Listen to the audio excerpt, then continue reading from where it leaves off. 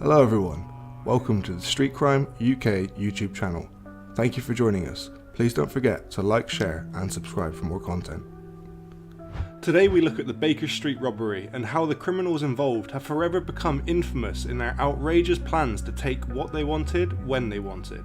The Baker Street robbery was the burglary of the safety deposit boxes at the Baker Street branch of Lloyds Bank in London on the night of September the 11th, 1971. A gang tunnelled 40 feet from a rented shop 2 doors away to come up through the floor of the vault. The value of the property stolen is unknown, but sources have claimed that it could be anywhere from £125,000 all the way up to £3 million, which only £231,000 were ever recovered by police. The burglary was planned by Anthony Gavin, a career criminal who was inspired by The Red-Headed League, a short story by Arthur Conan Doyle in which Sherlock Holmes awaits in a bank vault to arrest a gang who have tunnelled in through the bank's floor. Mr. Gavin and his colleagues rented Le Sac, a leather goods shop 2 doors away from the bank, and tunnelled underground towards the Baker Street branch during the weekends. The interior of the vault was mapped out by one of the gang members using an umbrella and the span of his arms to measure the dimensions of the location of the furniture. The gang initially tried to use a jack to force a hole in the vault floor, and when this failed they went on to use a thermal lance. A thermal lance, for those who don't know, is also known as a thermic lance, oxygen lance or burning bar, is a tool that heats and melts steel in the presence of pressurized oxygen to create very high temperatures for cutting. It consists of a long steel tube packed with alloy steel rods, sometimes mixed with aluminium rods to increase the heat output. One end of the tube is placed in a holder and oxygen is fed through the tube. The far end of the tube is preheated and lit by an oxyacetylene torch.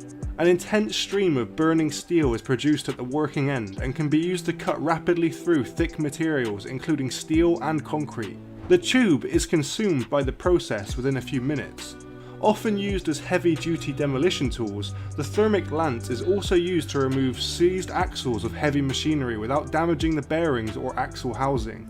This technique is often used on the pins and axles of large equipment such as cranes, ships, bridges and sluice gates.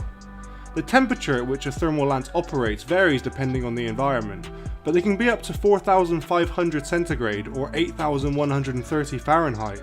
When this actual technique failed to work for the gang, they used gelignite to blast a way through. Gelignite, also known as blasting gelatin or simply jelly, is an explosive material consisting of collodion cotton, a type of nitrocellulose or gun cotton, dissolved in either nitroglycerin or nitroglycol and mixed with wood pulp and saltpeter, sodium nitrate or potassium nitrate. Once inside, they empty 268 safe deposit boxes whilst inside the bank's vault. The gang had posted a lookout on a nearby roof who was in contact via walkie-talkie, and their broadcasts were accidentally overheard by Robert Rowland, an amateur radio enthusiast. Mr. Rowland went and called the police, who initially did not take him seriously, so he used a small cassette recorder to make a recording of the burglars' conversations. The second time Mr. Rowlands contacted the police, they accepted what he was saying, and began hunting for the burglars whilst the break-in was in progress. They searched 750 banks in an 8-mile radius, but failed to locate the gang. Police found the members of the gang soon after the break-in. One of the burglars, Benjamin Wolfe, had signed the lease for Le Sac in his own name, and the informers provided information that led to Mr. Gavin. At the end of October in 1971, police arrested Benjamin Wolfe, Anthony Gavin, Reg Tucker and Thomas Stevens. They continued to search for other members of the gang, including one woman, for 5 years after the robbery had occurred, but no further arrests were made. Mr. Gavin, Mr. Tucker and Mr. Stevens were sentenced to 12 years in prison. Mr. Wolfe received a sentence of 8 years, less than the others as he was in his 60s at the time. There have been several rumours connected with the Baker Street robbery, including one that the government issued a D-notice to censor the press, that one of the safety deposit boxes contained compromising photographs of Princess Margaret and the actor and criminal John Bindon, and that photographs of a Conservative cabinet minister abusing children were also allegedly found. There is no evidence to support them, and they have been widely dismissed due to the lack of corroborating proof. Some of the rumours inspired the story for the 2008 film The Bank Job. Many of the papers relating to the Baker Street robbery remain under embargo at the National Archives until January 2071.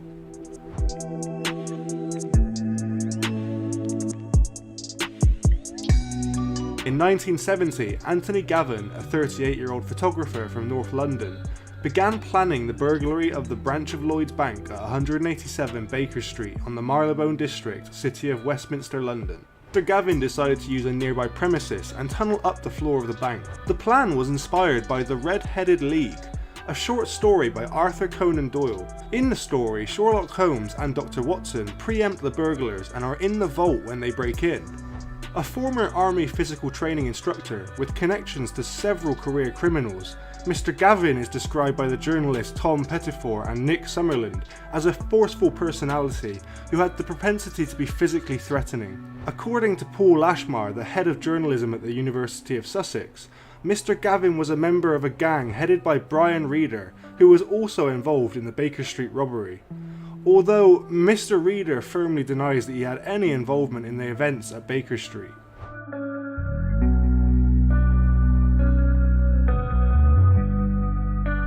Mr. Gavin asked Reg Tucker, a second-hand car salesman who had no criminal record, to reconnoitre the bank. Mr. Tucker opened an account with £500 in December 1970, and 2 months later Mr. Tucker rented a safety deposit box in the branch.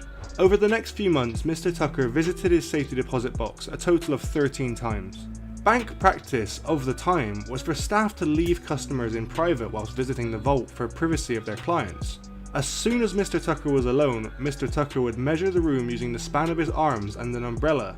Mr. Tucker was aided in getting the exact measurements by the regularly sized floor tiles, each of which was 9 inches or 23 centimetres. Mr. Tucker drew a map of the room, plotting where the cabinets were and the position of the furniture.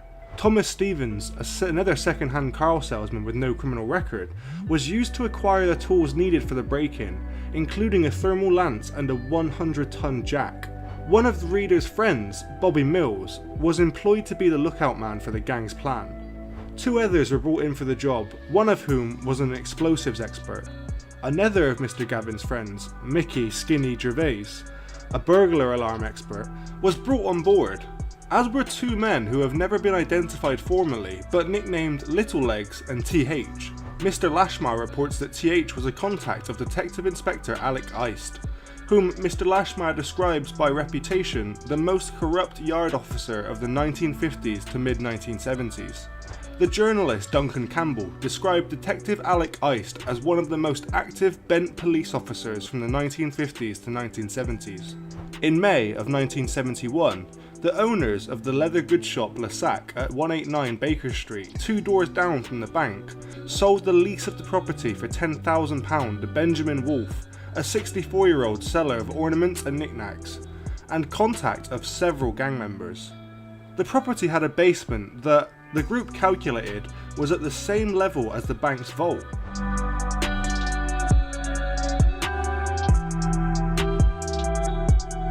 Roadworks nearby meant the trembler alarms in the vault floor were turned off after several false alarms as a result of those roadworks. A member of the local security company alerted the gang of the timing and the digging of the roadworks being done, and when the alarms would be turned off. Work began on the tunnel on the Friday evening of August Bank Holiday in 1971, and continued until 10th of September 1971. To avoid being overheard, they dug only during the weekends. Mr. Gavin led the digging of the tunnel from Lassac to under the floor of the vault. Mr. Gavin later said that he had lost 2 stone in the process. The entry hole Mr. Gavin and Mr. Tucker and a 3rd gang member created in Lassac was 15 inches wide and through 6 inches of concrete. Mr. Gavin dug until he reached the walls of the Chickens Inn basement, then dug down and continued under the building using their basement floor as the roof of the tunnel. The tunnel was 40 feet long when finished, and at the end, under the vault, the gang created a cavity 7 by 4 feet. The digging created 8 long tons of waste, which was hauled back to Lassac and dumped towards the rear of the premises. The tunnel, which needed no supports, was later described in court as a magnificent piece of engineering. The gang began their entry into the vault on Friday the 10th of September after the bank closed for the weekend. The gang placed the lookout man on a rooftop overlooking the bank and kept in contact by using walkie-talkies. Their intention was to use the 100-ton jack to force a hole in the 3-foot thick reinforced concrete floor, and railway sleepers were laid on the floor to support it. What the gang did not know was that there was an old well under where the tunnel ended, and the pressure of the jack pushed the bottom of their tunnel down into the well rather than raising the vault's floor upwards. The gang then used the thermic lance in an attempt to cut through the floor. When this failed, they drilled holes in the underside of the vault floor and then packed them with gelignite. On Saturday, the gang coordinated the blast of the explosives with the movement of traffic in the area to mask any noise from those explosives. A 12-inch wide hole was blasted through the floor and into the vault. The tunnel was cleared of the debris created, and the hole was widened with a hammer and chisel. By the time the gang had finished, the exit of the tunnel measured 12 by 14 inches. At around 11 PM on Saturday the 11th of September, Robert Rowlands, an amateur radio enthusiast living in a flat in Wimpole Street, half a mile away from the Lloyd's branch, picked up the walkie-talkie conversations of the gang in error. Mr. Rowlands heard comments over the radio that made him think a local cigarette shop was being burgled. At 11:30 PM, Mr. Rowlands phoned the police, and the local police officer thought it was a prank call at first, and told Mr. Rowlands that he should record the conversation, and if anything interesting was overheard, he should contact them back. Mr. Rowlands thought that was a good idea, and so used a small cassette recorder to make a record of the conversations with the gang members. At around midnight, he recorded dialogue between the gang inside the shop and nearby the lookout about their need to take a break. The first voice said, "Right, well listen carefully, we want you to mind for 1 hour from now until approximately 1 o'clock and then go off the air, get some sleep and come on the air with both radios at 6 o'clock in the morning." The second voice said, "I suggest we carry on tonight mate and get it done with." The first voice said again, "Look, the place is filled with fumes and we were cutting. If the security comes in and smells the fumes, we are all going to have to stop and none of us have got anything. Whereas this way, we've all got 300 grand to cut up when we come back in the morning, and at least we have got something for our efforts." The disagreement between the lookout and the gang continued for a while, and the lookout said, "Money may be your god, but it's not mine, and I'm fucking off." Eventually, after input from a woman's voice and a fourth person who seemed to carry more sway than the others, the lookout agreed to remain on the roof overnight. The lookout man was also given an update on the progress they had made in opening the safety deposit boxes. "We have done 90% of the easy ones, we now face the hard ones," they said. At 2 AM, Mr. Rowlands decided he'd had enough material recorded to call the police again. He did not recontact his local station, but phoned Scotland Yard directly. Scotland Yard sent members of the flying squad to listen to the tapes, and they confirmed that they thought a burglary was taking place. The officers stayed with Mr. Rowlands until about 8:30 AM on Sunday the 12th of September, when the gang returned to the shop and used a radio to contact the lookout. One of the gang members in the shop thanked the lookout for staying on the roof all night and informed him that they planned to finish the job early that afternoon. At one stage in the morning, a waiter from the Chicken Inn restaurant heard noises from within the bank. Naturally curious, the waiter peered through the windows of the Chicken Inn restaurant to see if anything could be seen. Shortly afterward, Mr. Rowlands and listening policemen heard the gang's final radio broadcast. "Would you like to change to the other channel? Over." Mr. Rowlands thought this was code for leaving the bank. Police contacted Baker Street bank staff and local security firms to open up their branches as they began to check 750 banks in an 8-mile radius, and each of the branches was visited by both bank staff and police. They went on to visit the Baker Street branch of Lloyd's at 3:30 PM on the 12th of September. The police and bank staff went on to find the vault secure. They were unable to open the vault to check as it was time locked. It is not known even today if the gang were still in the vault at the time, although police suspect that they were, but keeping quiet following a warning from their lookout. During the burglary, 268 safety deposit boxes were opened, about a quarter of the boxes total in the vault. The gang did not attempt to crack the bank safe though. Lord Hailsham owned one of the boxes in the bank at the time of the robbery, and Mr. Hailsham was Lord Chancellor of the most senior member of the judiciary. Estimates of the amount stolen vary between £150,000 and nearly £4 million. Because of the way the gang communicated, the burglary was soon nicknamed the walkie-talkie job, although the more common name for these events is the Baker Street robbery, but it is legally defined as a burglary. A dictionary of law by the Oxford University Press defines robbery as the offence of using force against any person or putting them in fear of being subjected to force, in order to commit a theft. Burglary is defined as the offence under the Theft Act of 1968, entering a building with the intention of committing one of the 3 specified crimes in it, which include theft.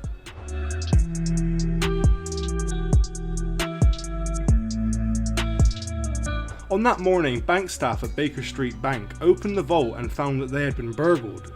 Police found the thermal lamps, walkie-talkies and other tools, including an oxyacetylene torch, in the shop which the gang had left behind.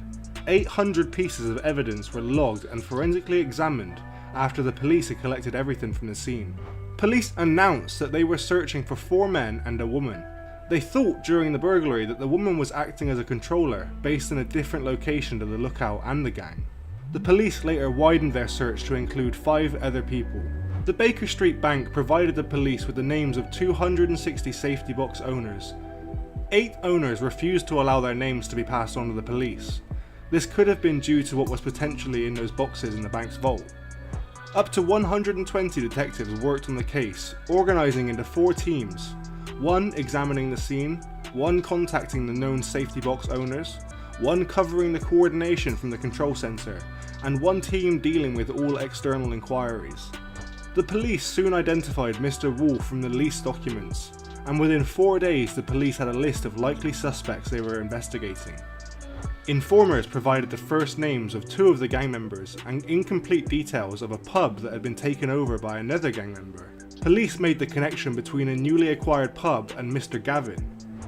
After several weeks worth of surveillance and investigation, police had identified Mr. Wolf, Mr. Gavin, Mr. Stevens and Mr. Tucker as the key individuals to arrest. But they also wanted to speak to 3 of the 4 people who were believed to be involved in the robbery of Baker Street Lloyd's bank branch.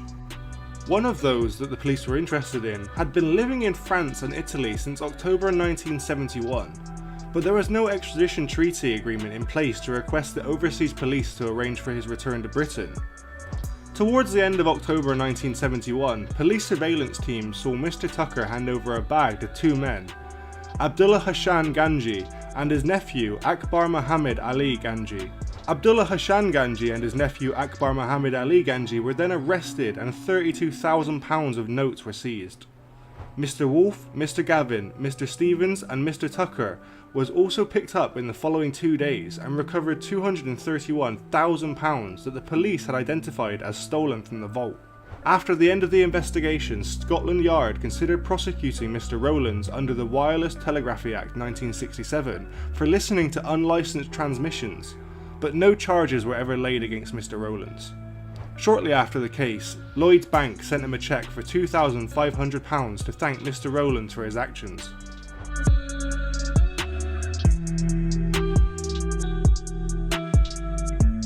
The 2 Ganjis were remanded into custody until the 16th of November, when bail was set at £75,000. Mr. Tucker, Mr. Gavin and Mr. Stevens were all remanded on bail of £30,000, each on charges relating to the break-in at Baker Street Bank. Shortly afterwards, the Baker Street Bank insurers offered a £30,000 reward for information that would lead to more arrests. The trial of the 4 gang members and the 2 Ganjis opened up on the 2nd of January 1973. Mr. Stevens, Mr. Tucker, Mr. Wolf and Mr. Gavin were charged with breaking into the Baker Street Bank and stealing the contents of the security boxes, valued at a minimum of £1.5 million, and of possessing explosives. The 2 Ganjis were charged with handling stolen goods. Mr. Stevens, Mr. Tucker and Mr. Gavin pleaded guilty. Mr. Wolf and the 2 Ganjis pleaded not guilty to the charges against them. The 2 Ganjis stated that they were acting as a courier for the Swiss-based finance house involved in purchasing sterling. Mr. Wolf claimed that after he signed the lease for Lassac, Mr. Wolf had only returned to the shop once to pick up the post, and that Mr. Wolf was shocked to hear the news about the break-in. The trial ended on the 23rd of January 1973, and the sentences were handed down 3 days later. The 2 Ganjis were found not guilty. Mr. Stevens, Mr. Tucker and Mr. Gavin were each given sentences of 12 years. Mr. Wolf received 8 years, shorter than the others on account of his age at the time.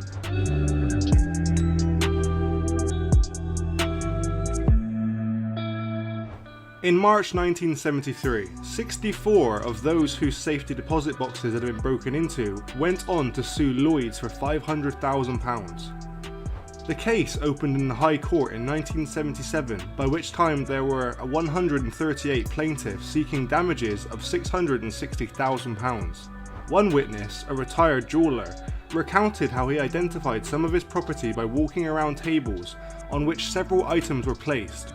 He and 20 other people were unsupervised while they did this. He noticed a single diamond that could easily have been stolen, which he estimated was worth between £3,000 and £4,000 at the time in 1971's price. Another customer complained that he saw a ring in a waste paper basket. He said it was too easy to steal some of the smaller items if one wanted to, and that one of the bank assistants had told him that 2 people had tried to claim the same pair of candlesticks. 4 days into the trial, the judge visited the bank and the rooms where the property had been on the show. The following day, the judge adjourned the case. No reason was given and no date to resume proceedings was ever set.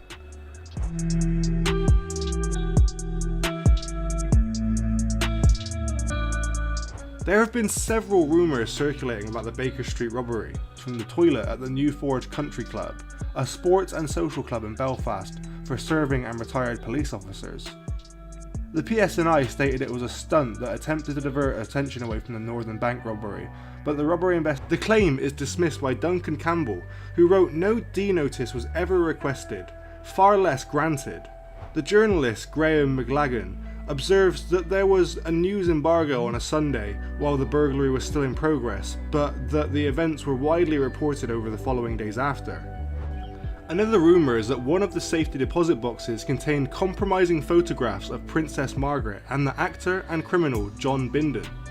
Mr. Campbell describes the story as cheerful nonsense. The club had indeed been taken during the Northern Bank robbery. On the 12th of October 2005, Garda Commissioner Noel Conroy told a law enforcement conference in the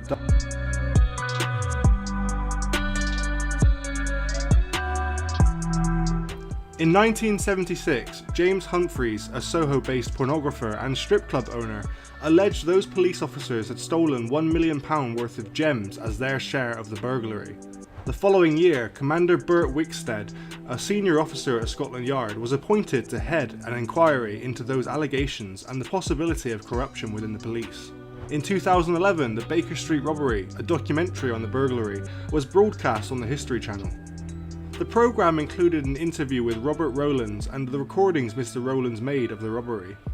A fictionalised version of the burglary is subject of the 2008 film The Bank Job, which uses a storyline that the crime was either set up or later covered up by MI5 to secure the compromising photographs of Princess Margaret that were being kept in a safety deposit box at the bank by Trinidadian radical Michael X.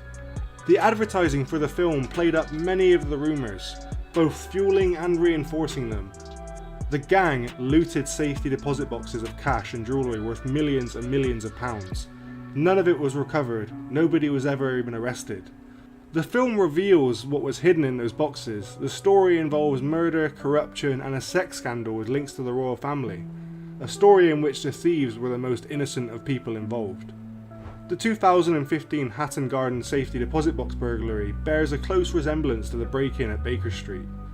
It was headed by Brian Reeder and was carried out over a weekend and involved breaking into a vault containing safety deposit boxes, although in this case the burglars used a heavy-duty drill to enter through a wall. Although many of the records relating to the burglary at the bank were released by the National Archives in 2013, approximately 800 pages of information remain closed. They will become available for viewing in January 2071, 50 years from now. The actions of those involved in the Baker Street robbery have forever left their imprint on the UK criminal underworld, and in 50 years future generations could potentially answer the unanswered questions from their respected robbery of Baker Street Lloyds Bank branch. Please let us know what you think about the Baker Street robbery in the comments below. Thanks for joining us today. If you enjoyed the video, don't forget to give it a like and a share, and leave any thoughts or suggestions you have in the comments section. We love to read through them all, and if you're new but enjoy UK true crime content, then subscribe to see when our newest video releases. And as always, stay safe. Hello everyone, welcome to the Street Crime UK YouTube channel. Thank you for joining us. Please don't forget to like, share and subscribe for more content. Today we take a look at the Brinks-Mat robbery and how it became known as the crime of the century by members of the UK criminal underworld. So what is a heist, or more formally known as a robbery? A heist is a theft of cash or valuable objects such as artworks, jewellery, electricals and bullion and more from their respected owners. This can take the form of either a burglary or a robbery. The difference in English and Welsh law being that a robbery uses force, which means that some of the heists commonly known as robberies were actually burglaries. The Brinks-Mat robbery occurred at the Heathrow International Trading Estate, London on the 26th of November 1983. £26 million in 1983 is equivalent in purchasing power to around £89.99 million as of today, 2021, an increase of £63.99 million over 38 years. The pound had an average inflation rate of 3.32% per year between 1983 and today, producing a cumulative price increase of 246%. This means that today's prices are 3.46 times higher than average prices since 1983, according to the Office for National Statistics Composite Price Index. A pound today only buys 28.89% of what it could buy back in 1983, when the inflation rate was just 4.59%. The current year-over-year inflation rate from 2020 to 2021 is now 0.70%.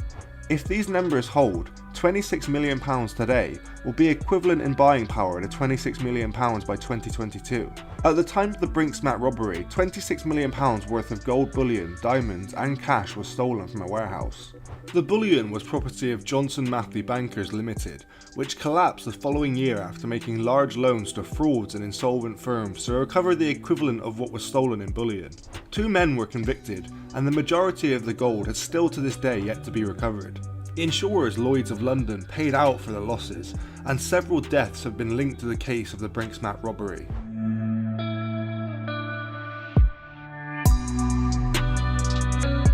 The Brinks-Mat robbery occurred at 6:40 AM on the Saturday the 26th of November 1983, when 6 robbers broke into the Brinks-Mat warehouse, Unit 7 of Heathrow International Trading Estate, near Heathrow Airport in West London. It was described at the time as the crime of the century. The gang gained entry into the warehouse from security guard Anthony Black. Once inside, the gang members poured petrol over staff and threatened to light them with a lit match, where they would inevitably burn to death if they did not reveal the combination numbers to the vault. The robbers thought that they were going to steal £3.2 million in cash, but they found 3 long tons of gold bullion and stole £26 million worth of gold, diamonds and cash.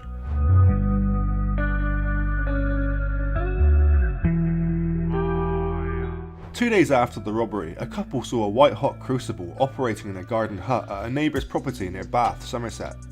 Suspecting it might be linked to the bullion robbery, they immediately informed the police. The police arrived and were shown the hut, but they said it was just beyond their jurisdiction and said they would pass the information to the police responsible for that area. The couple who called the police initially were never asked to give a statement to the police or give evidence in court. No explanation has been given for the police's failure to follow up immediately on the tip-off. 14 months later, the premises were raided and the furnace was found. The occupier, John Palmer, a local jeweller and bullion dealer, was arrested. In court, Mr. Palmer said he was unaware the gold was linked to the robbery and was cleared of all charges. One of the robbers, Brian Robinson, was caught after a security guard insider, Black, his brother-in-law, passed his name on to investigating officers, and Mr. Robinson was later arrested in December 1983. Scotland Yard quickly discovered the family connection, and Black confessed to aiding and abetting the raiders, providing them with a key to the main door and giving them details of security measures in order to make their entrance and escape as smoothly and problem-free as possible. Mickey McAvoy had entrusted part of his share to associates Brian Perry and George Francis. Brian Perry recruited Kenneth Noy, who was an expert in his field, where Mr. Noy would be able to dispose of the gold. Kenneth Noy melted down the bullion and recast it for sale, mixing in copper coins to disguise the gold source. However, the sudden movement of large amounts of money through a Bristol bank came to the notice of the Bank of England, which went on to inform the police. Kenneth Noy went on to be placed under police surveillance. In January 1985, Kenneth Noy had killed a police officer, DC John Fordham, who he discovered in his garden. At the resulting trial, the jury found Mr. Noy not guilty.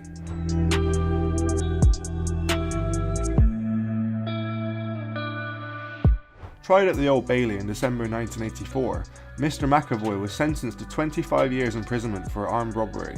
Black, Mr. McAvoy's brother, was sentenced to 6 years for his cooperation in the robbery, allowing the gang easier entry and a smoother escape.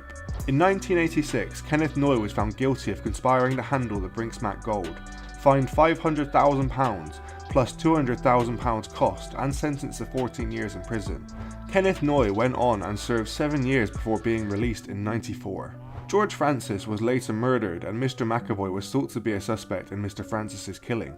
Attempts by Mr. McAvoy to strike a deal to give back his share of the money in exchange for a reduced sentence failed, as by then the money had simply vanished. In January 1995, the High Court ordered Mr. McAvoy to make a payment of £27.4 million, making him responsible for the entire sum stolen in the Brinks-Mat robbery. Mr. McAvoy went on to be released from prison in 2000. In 1996, Kenneth Noy murdered motorist Stephen Cameron during a road rage incident. Arrested in Spain and extradited, Mr. Noy was convicted of Mr. Cameron's murder in 2000 and received a life sentence.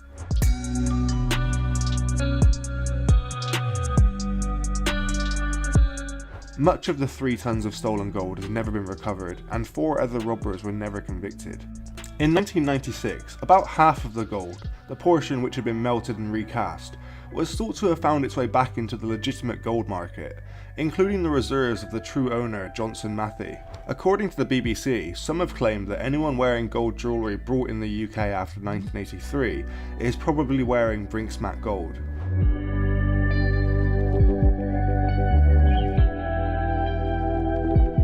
On the 21st of December 1983, less than 4 weeks after the robbery, police in Austria arrest 5 men, 4 Italians and an Austrian, at a Vienna hotel.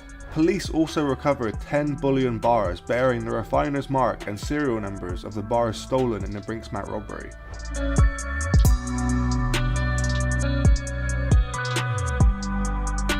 A person named Gordon Parry laundered large amounts of cash from the robbery after the disposal of the gold, according to the Panama newspapers, which show an offshore financial intermediary firm in Jersey named Center Services requested Mossack Fonseca to set up a Panamanian company 12 months after the Heathrow raid on behalf of an unnamed client. Under Mr. Parry's direction, millions of pounds were put through the resulting Faberian and other front companies via banks in Switzerland, Liechtenstein, Jersey and the Isle of Man. A man identified as depositing £500,000 in cash to the Hong Kong and Shanghai Bank is thought to have been notorious armed robber David Moore. 2 nominee directors from SARK were appointed to Faberian. The company then issued 2 bearer shares. Gordon Parry used the offshore firms and recycled the funds, said to have amounted to £10.7 million. Through transactions involving land in London Docklands, some buildings that used to form part of Cheltenham's Ladies' College, a farmhouse in Kent for Mr. McAvoy's girlfriend Kathleen Meacock, and a £400,000 home for himself and his family, Crockham House, near Chartwell, Kent. The Metropolitan Police raided the offices of Centre Services later in 1986, in cooperation with the Jersey authorities. They seized papers and 2 Faberian bearer shares. In 1987, Jürgen Mossack, the law firm's principal, regained control of the company by dilution, and Gordon Parry's appointed a fresh set of Faberian directors, who were instructed to issue 98 new shares to Western Cross Inc., a front company controlled by Mr. Parry or his associates. In 1995, Brinks-Mat solicitors finally took control of Faberian and its assets. Crockham House was sold and reacquired by Mr. Parry's wife, Irene Beaumont.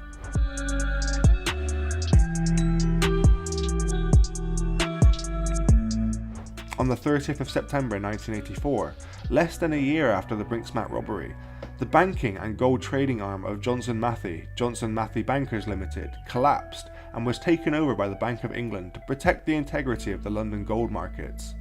Losses amounted to over $300 million at the time. The bank had made very large loans to fraudsters and insolvent businesses over several years, and had serious and unexplained gaps in its records that could not rightfully be explained.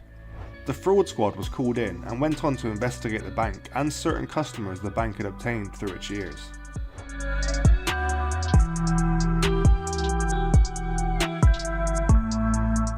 The so-called curse of the Brinks-Mat robbery, or curse of the Brinks-Mat millions, refers to the early deaths of many of those allegedly involved, which makes one wonder, does wealth really solve your issues? These deaths were theorised by members of the London crime underworld as being related to laundering the gold.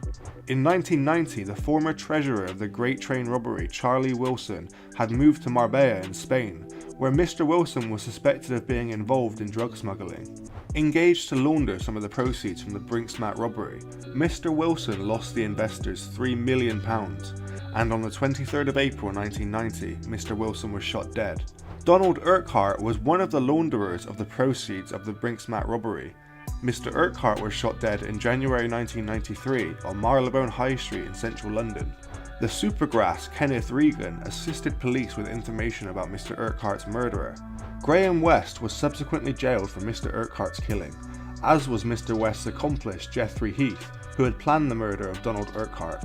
On December 1998, Hatton Garden jeweller Solly Nahome was shot dead outside of his home. Solly was a financier and associate of the Adams family, who were also suspected of being involved in the laundering of Brinks-Mat gold. Prior to Mr. Nahome's murder, Mr. Nahome's associate and jeweller, Gilbert Winter, had disappeared from the home that Mr. Winter had shared with his girlfriend on the 9th of March 1998. It was theorised that Mr. Nahome and Mr. Winter were murdered as a result of a disappearance of £800,000 from a cannabis deal. While it was suspected that a rival gang murdered Mr. Nahome and Mr. Winter to cause disruption, in mid-2001, Brian Perry was also shot dead.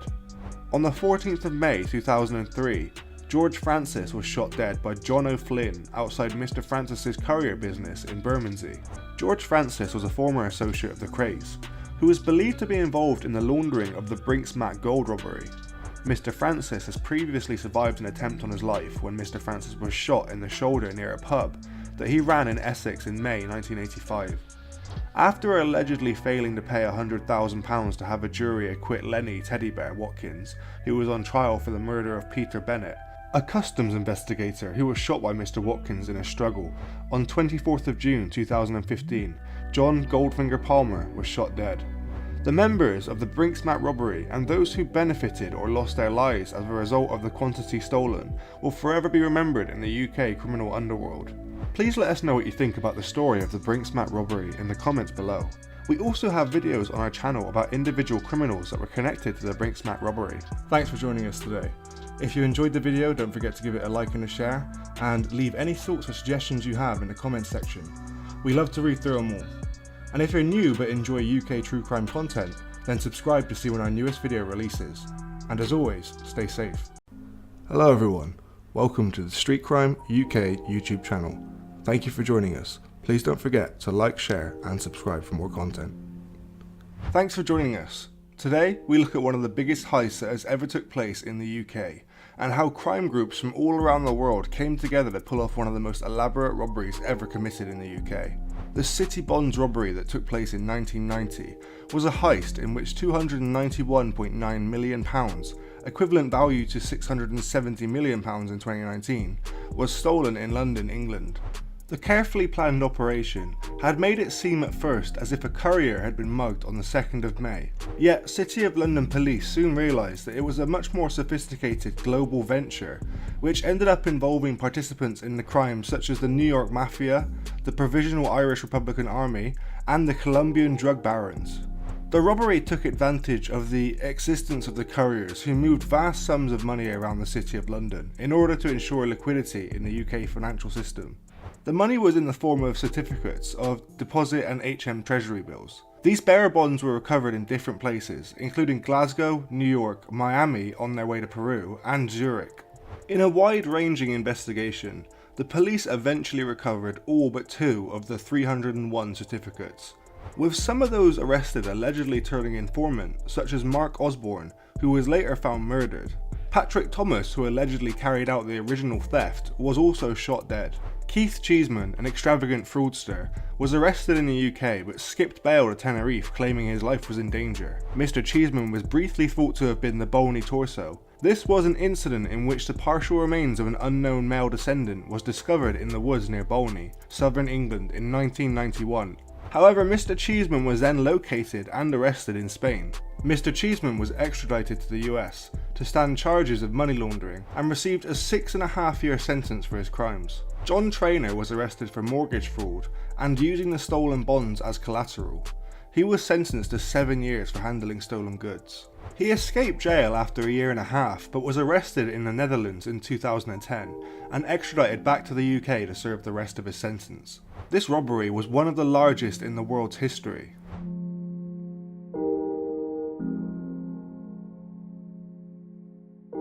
The idea for the robbery was generated by media reports in January 1990 that a courier had accidentally dropped £4 million, equivalent to £9 million in 2019, worth of bearer bonds on their way to the Bank of England. A 23-year-old surveyor had picked up the 4 certificates of deposit on Throgmorton Street, outside the stock exchange, after they had fallen out of the briefcase of a courier working for Rowe and Pitman, a subsidiary of S.G. Warburg & Co. When he gave them back, he was rewarded with a magnum of Laurent Perrier champagne. Upon hearing this story, an organised crime syndicate realised that if a courier was mugged, they could reap a massive haul, since bearer bonds entitle anyone who is carrying them to the money denoted on them. The certificates were issued every week by the Bank of England as a means to manage short-term spending needs, ensuring that there was always liquidity in the financial system. The bills matured after 1 to 6 months and were finally freely traded until the process became electronic in the mid-2000s. Care was taken to make the theft appear to be an opportunistic mugging, since the bonds would be cancelled if it was suspected to have been a heist ordered by an organised crime group. The syndicate planned to launder the bonds as quickly as possible in Zurich.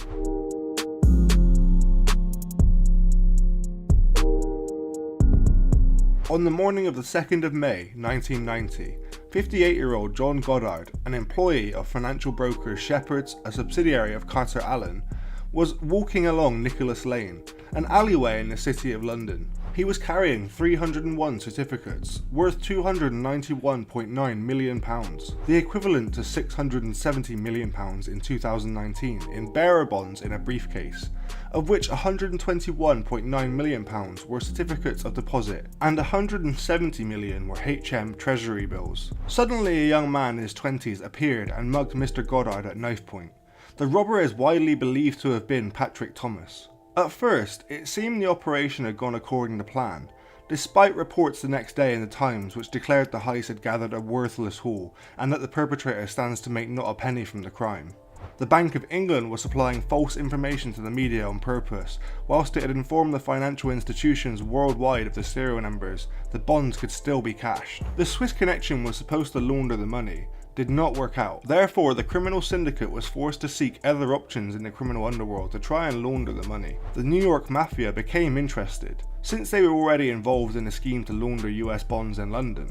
The contact man in the UK was Keith Cheeseman, who had previously made false loan applications to support a lavish lifestyle, which included becoming chairperson of Dunstable Town Football Club. Back in 1975, he had been charged with extorting £287,000 and remanded for a week. After arriving at court in a silver chauffeur-driven Rolls-Royce, however, he later received a 6-year sentence for conspiracy to defraud the Beneficial Finance and Loan Society, with 318 fictitious loan applications. Told about the heist, Mr. Cheeseman went to work, liaising with the associates such as Raymond Ketteridge. He sent some of his stolen bonds to Mark Osborne in the US, who then met up with mafioso Tony DiPiano in a New York bar and delivered 10 bonds, each worth £1 million. However, Mr. DiPiano was an FBI agent and Mr. Osborne was arrested, and subsequently realising that he was facing a substantial custodial sentence now, he decided to betray his fellow criminal associates. The FBI had allegedly recorded the conversations between Mr. Osborne and Mr. Cheeseman, until Mr. Osborne disappeared in August 1990 and was later found murdered.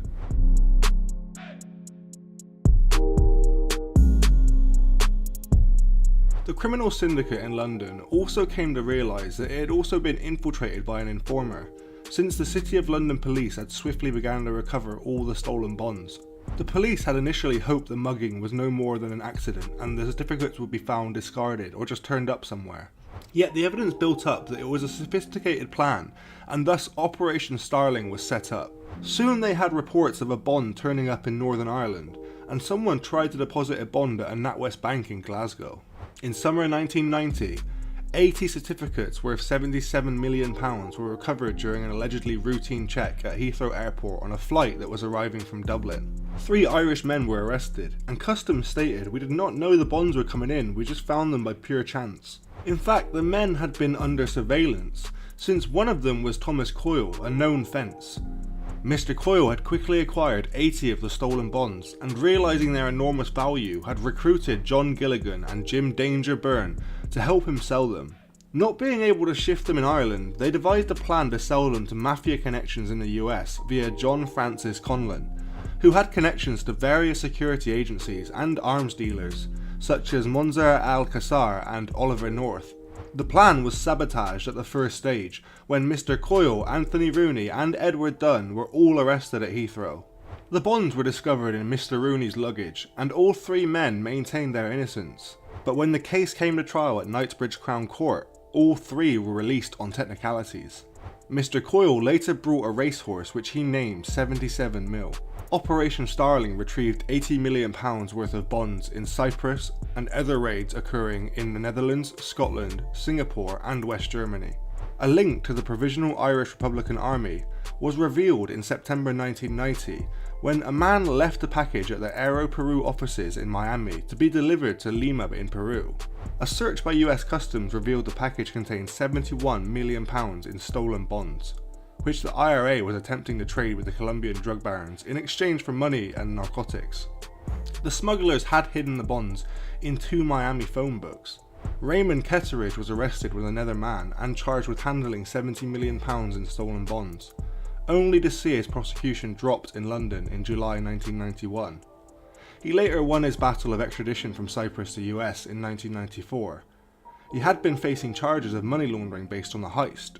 The police also foiled a mortgage scam which aimed to use stolen bonds as collateral, arresting John Traynor in 1990.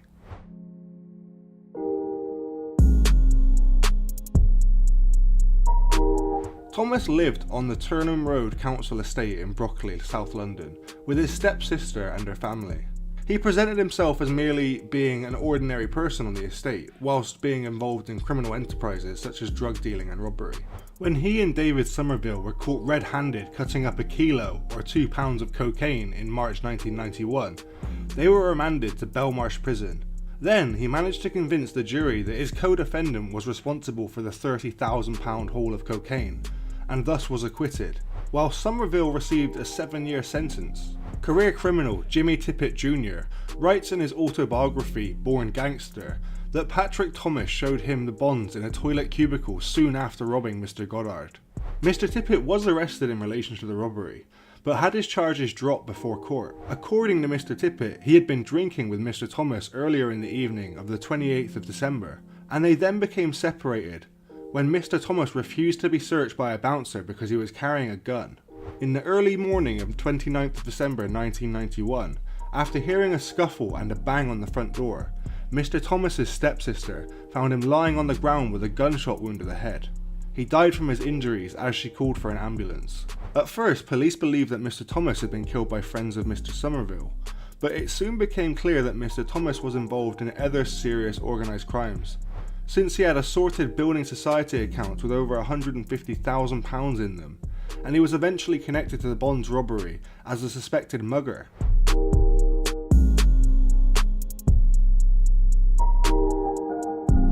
Keith Cheeseman was arrested in the UK after an investigation by City of London Police and the FBI. He was sentenced to a 6.5-year term, but somehow managed to flee the country while still on bail. The local newspaper ran a story on the 26th of October 1991, entitled The £290 Million Clue to Headless Corpse, which stated that Mr. Cheeseman had been found decapitated in Bolney, Sussex.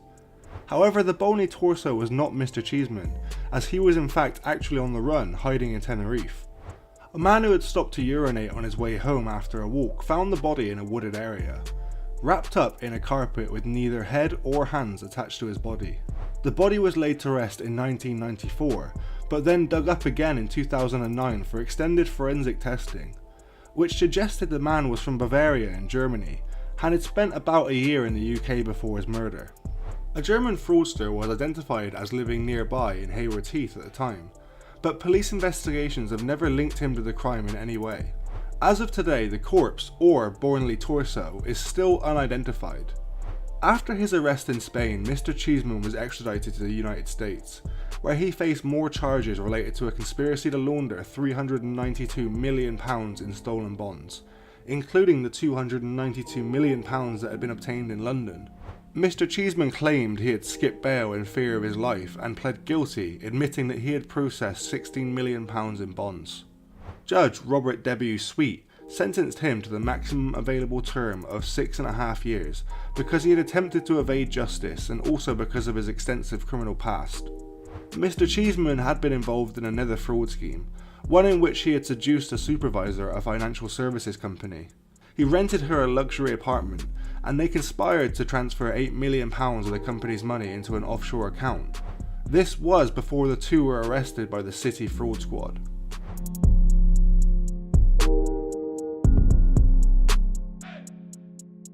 John Traynor escaped a dispute with a dangerous criminal associate, Martin Cahill, in Ireland by moving to England in the late 1980s. Once Mr. Traynor was settled, he then reacquainted himself with an old friend, Mr. James Danger Byrne, who himself was involved in various fraudulent schemes.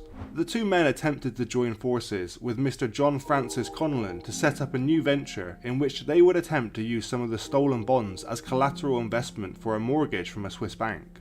Mr. Conlon had connections to Miami and presented plans for a fictitious £100 million holiday resort on a Caribbean island. Using bonds with altered numbers, they managed to gain a £200,000 advance in Geneva. Although the bank sent warnings out of their plan to the City of London Police and the Serious Fraud Office.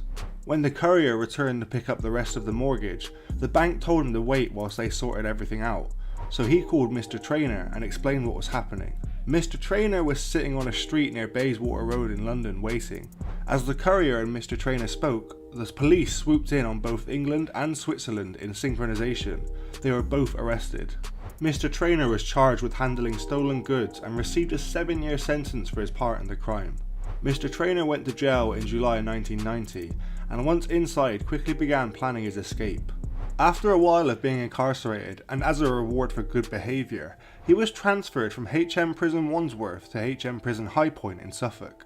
Mr. Traynor then requested a temporary home leave to see his family, and when that was granted in November 1992, he immediately took a flight to Dublin and escaped, secure in the knowledge that his offence would not lead to an extradition from Ireland. However, Mr. Traynor was eventually arrested in the Netherlands in 2010 as part of a combined operation by British and Dutch police investigating organised crime across borders. Mr. Traynor was then extradited back to the UK to serve out the remainder of his sentence, but this time under much stricter conditions. The City Bonds robbery is seen as one of the largest heists in history in terms of the amount taken, dwarfing every UK crime such as the UK Brinks-Mat robbery, the Great Train robbery, the Knightsbridge security deposit robbery, the Northern Bank robbery, and the Securitas Depot robbery.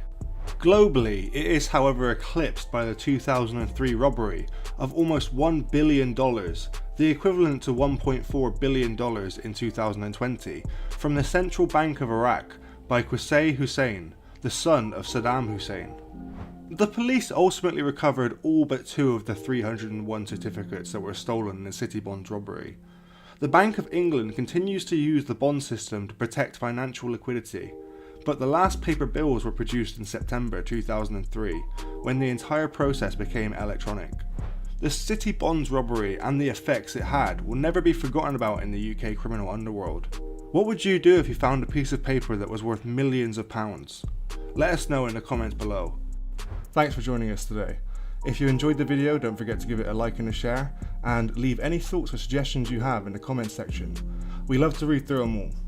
And if you're new but enjoy UK true crime content, then subscribe to see when our newest video releases. And as always, stay safe. Hello everyone, welcome to the Street Crime UK YouTube channel. Thank you for joining us. Please don't forget to like, share and subscribe for more content. Today we look into the Northern Bank robbery from Belfast, Northern Ireland, and how the members of the robbery have forever left their mark on the UK criminal underworld. The Northern Bank robbery, where cash was stolen from the headquarters of the Northern Bank on Donegall Square West in Belfast, Northern Ireland. on the 20th of December 2004, having taken members of two families of bank officials hostage to ensure their cooperation, an armed gang seized a total of £26.5 million, which was mostly in unused pound sterling banknotes. This was later recognised as one of the largest bank robberies in the history of the United Kingdom. The Police Service of Northern Ireland, otherwise known as the PSNI, the Independent Monitoring Commission, the British government, and the Taoiseach and the Prime Minister of the Republic of Ireland all claimed the Provisional Irish Republican Army was responsible for the bank robbery. This was denied by the IRA and by Sinn Féin. But what or who is Sinn Féin, and what do they stand for? Sinn Féin is an Irish Republican and Democratic Socialist Party, active in both the Republic of Ireland and Northern Ireland. The original Sinn Féin organisation was founded in 1905 by Arthur Griffith, but has split substantially on a number of occasions since then, notably giving rise in the aftermath of the Irish Civil War to the two traditionally dominant parties of the Southern Irish politics, Fianna Fáil and Cumann na nGaedheal, which is now Fine Gael. The contemporary Sinn Féin party took its form in 1970, after another split with the other faction eventually becoming the Workers' Party of Ireland was historically associated with the Provisional Irish Republican Army. Mary Lou McDonald became party president in February 2018. Sinn Féin is one of the two largest parties in Northern Ireland Assembly, winning one seat less than the Democratic Unionist Party DUP at the 2017 Northern Ireland Assembly election. In that assembly, it is the largest Irish nationalist party, and it holds 4 ministerial posts in the power-sharing Northern Ireland executive as of 2020. In the UK House of Commons, Sinn Féin holds the 7 of the Northern Ireland's 18 seats, making it the second largest bloc after the DUP. There, it follows a policy of abstentionism, refusing to sit in Parliament or vote on bills. In the Oireachtas, the lower house and upper house of the Republic of Ireland, it is the third largest party. However, in Dáil Éireann, Sinn Féin currently sits as the main opposition and the second largest party, having won the largest share of the first preference votes at the 2020 Irish general election. In 2005, the police forces in Northern Ireland and the Republic of Ireland made arrests and carried out house searches. A sum of £2.3 million in 2014 was impounded at the house of a financial advisor, Ted Cunningham, in County Cork, and Phil Flynn was forced to resign as chairman of the Bank of Scotland and Ireland because Mr. Flynn was a director of one of Cunningham's companies. Mr. Cunningham was convicted in 2009 of money laundering and had his conviction quashed in 2012, and was later convicted again at a retrial in 2014 for those same charges of money laundering. Chris Ward, one of the bank officials threatened by the gang, was himself arrested in November 2005 and charged with robbery. The prosecution then offered no evidence at trials and Chris Ward was later released.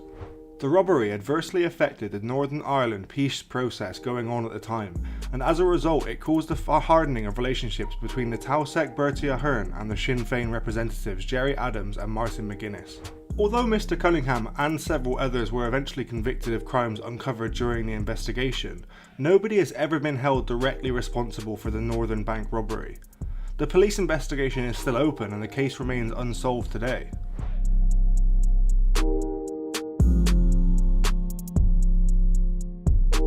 Northern Bank, now called Danske Bank, was the largest retail bank in Northern Ireland, with 95 branches. It was then later purchased by National Australia Bank and its headquarters were at Donegale Square, west in Belfast.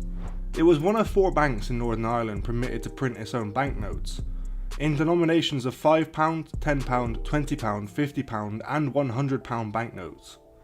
On the night of Sunday the 19th of December 2004, groups of armed men arrived at the homes of 2 employees of the Northern Bank, one in Downpatrick, County Down, and the other in Polglass, West Belfast. Chris Ward was taken from his house in County Down and driven to Polglass, where Kevin McCullen, his supervisor at the Northern Bank, had been tied up by men masquerading as officers from the Police Service of Northern Ireland, the PSNI. The gunman remained at Mr. Ward's home, threatening his family. Mr. McCullen's wife was taken from her home and held, and it is still unknown location. The masked men instructed the officials to report for work as normal at the bank's headquarters and left on Monday morning. The criminals kept in touch with Mr. McCullen and Mr. Ward using their personal mobile phones. On Monday the 20th of December 2004, Mr. Ward was first told to take a bag containing £1 million in cash notes to a bus stop in the nearby Queen Street, where Mr. Ward gave it to one of the bank robbers. This was regarded as being a test run for the main theft later in the evening. Mr. McMullen and Mr. Ward remained at work after the close of their business and loaded crates of banknotes onto trolleys, which were taken to a white van outside. The two employees were compelled to open up the bank vaults by the threat that their loved ones would be killed if they did not comply with the robbers' demands. The white vans made 2 runs back and forth from the bank's establishment to take away the loot that was stolen that day. Around 11 o'clock in the evening, Miss McMullen was driven to Drumkeyrag Forest near Ballynickninch and abandoned in a mix of surrounding forest terrain. Miss McMullen found her way to a house to raise the alarm, where Miss McMullen was treated for hypothermia. The criminals took a total of £26.5 million, £10 million in uncirculated Northern Bank pound sterling notes, and £5.5 million in used Northern Bank sterling notes. £4.5 million in used notes supplied by other banks and smaller cash amounts in other currencies, including euros and US dollars. The police quickly set up an investigation with 50 detectives to assist the process of investigating and arresting the criminals behind the Northern Bank robbery. Hugh Ord, Chief Constable of the Police Service of Northern Ireland at the time, accused the Provisional Irish Republican Army, or the IRA, of organising the robbery. Sinn Féin lead negotiator Martin McGuinness denied the IRA was behind the robbery.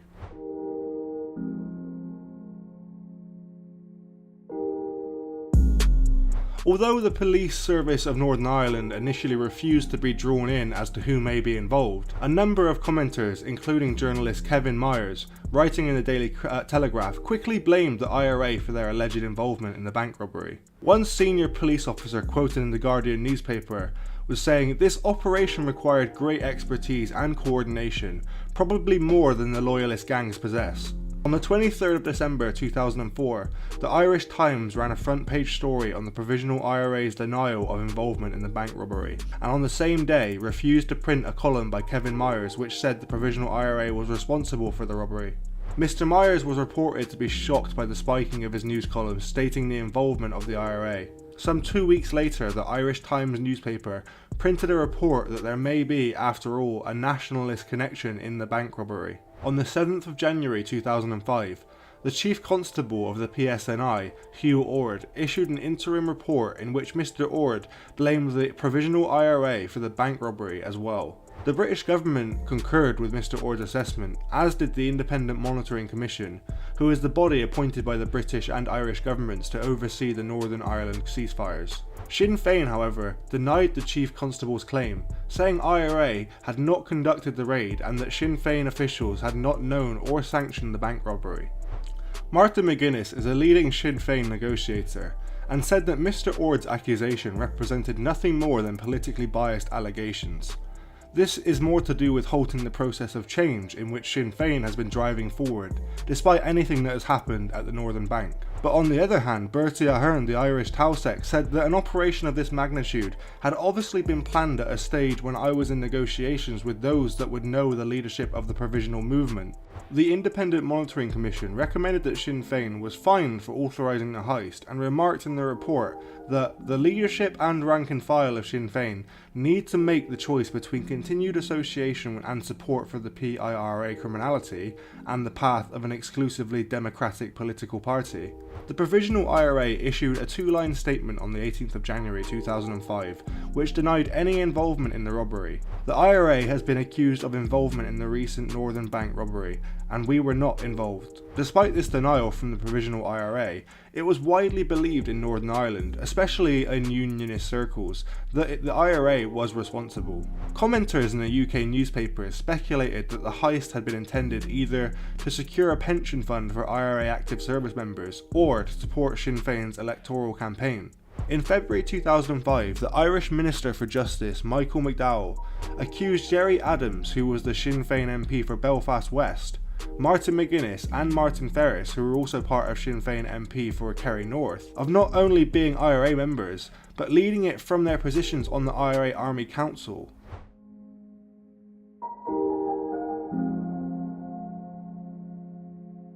On the 10th of February 2005, the day the Independent Monitoring Commission report was released, houses near Barra County, Tyrone, belonging to two brothers were searched in connection with the robbery, but nothing came from the searches. In the Republic of Ireland, the Garda Síochána announced on the 17th of February 2005 that he had arrested 7 people and recovered over £2 million, including £60,000 in northern banknotes, during raids in the Cork and Dublin areas, as part of investigations into money laundering. The Garda Commissioner, Noel Conroy, did not officially confirm that the raids were related to the Northern Bank robbery, but said the IRA was behind the laundering as far as he was concerned. The arrests were made under the Offences Against the State Act. The arrested individuals included several men from Derry and a former Sinn Féin candidate.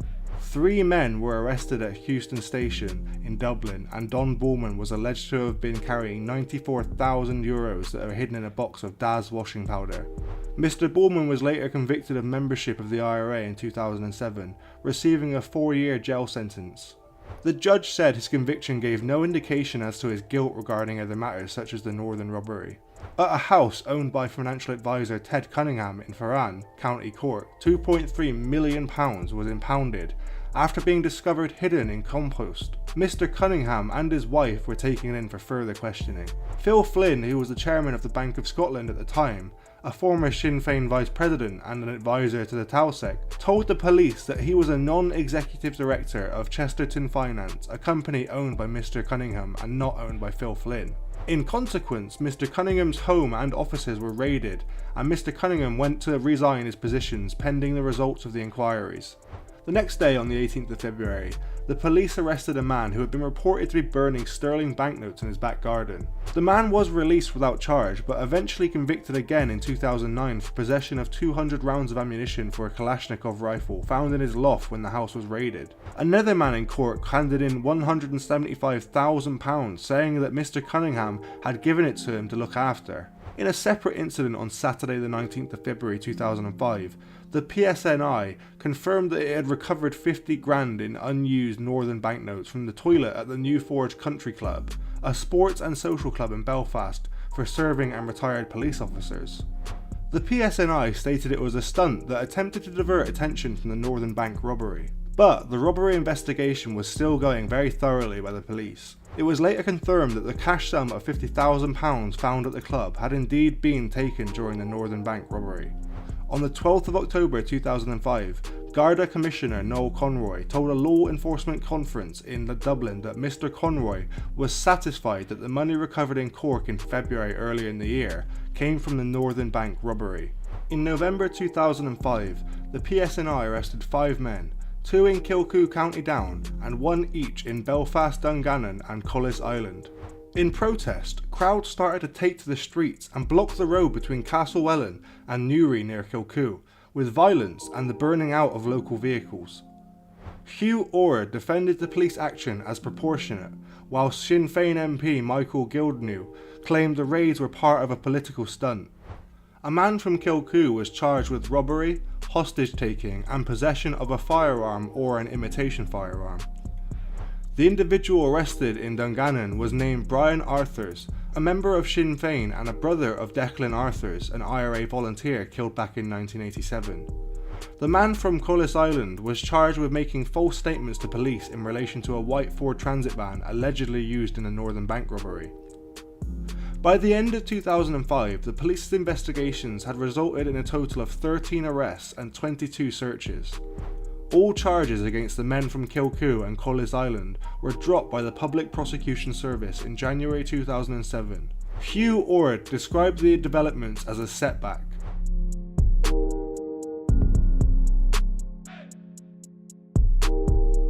Chris Ward, one of the 2 bank officials threatened by the gang during the bank robbery, was arrested with regard to the robbery on the 29th of November 2005, and the PSNI had searched Mr. Ward's home. Another of the bank employees, a 22-year-old woman who was not named, was also arrested on the same day. On the 2nd of December, the police went in 25 Land Rovers to raid Casement Park, the Gaelic Athletic Association Stadium and Social Club in West Belfast, because Mr. Ward had worked there part-time. The GAA reported the matter to the Irish government, stating that it had not been warned about the raid on the 2nd of December. On the 7th of December at Belfast Magistrates Court, Mr Ward was prosecuted for robbery and using a firearm. The prosecution's case was based on Mr Ward's actions in the days preceding and during the raid, a suspicious work rota and discrepancies in Mr Ward's original statements to the police. Mr Ward denied the charge and claimed that the police were harassing him and his family in an attempt to frame him as the inside man on the bank robbery job. Mr Ward complained that the police had held him longer than the gang held his family hostage. Mr Ward was remanded on bail and a date set of September 2008 for the trial in Diplock Court. At the trial for robbery and false imprisonment, the prosecution offered no evidence. Mr Ward was acquitted of all charges and was discharged by the judge. The prosecution accepted that the work rota change which underpinned their case had been the result of a chance decision by management.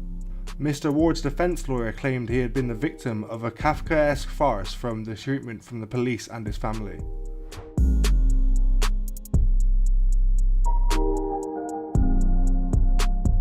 Ted Cunningham and his conviction start in March 2009. The financial advisor Ted Cunningham from court was found guilty at Cork Circuit Court on 10 charges of laundering over £3 million, which came from the Northern Bank robbery.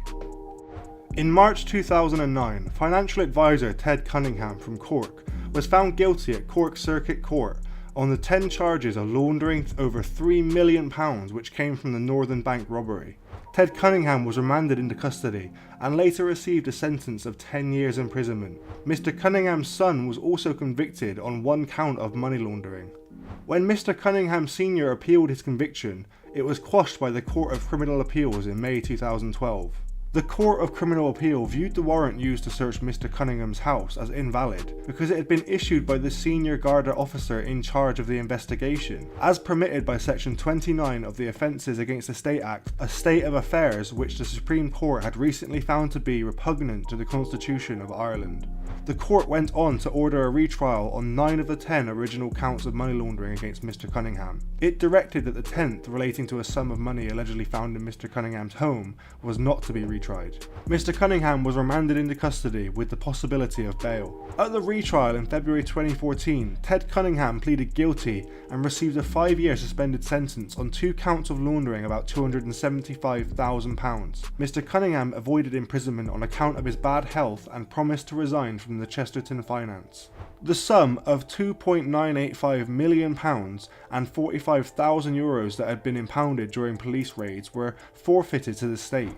Ted Cunningham sued Northern Bank in 2020 regarding the impounded money, alleging that the Guardian had seized it improperly.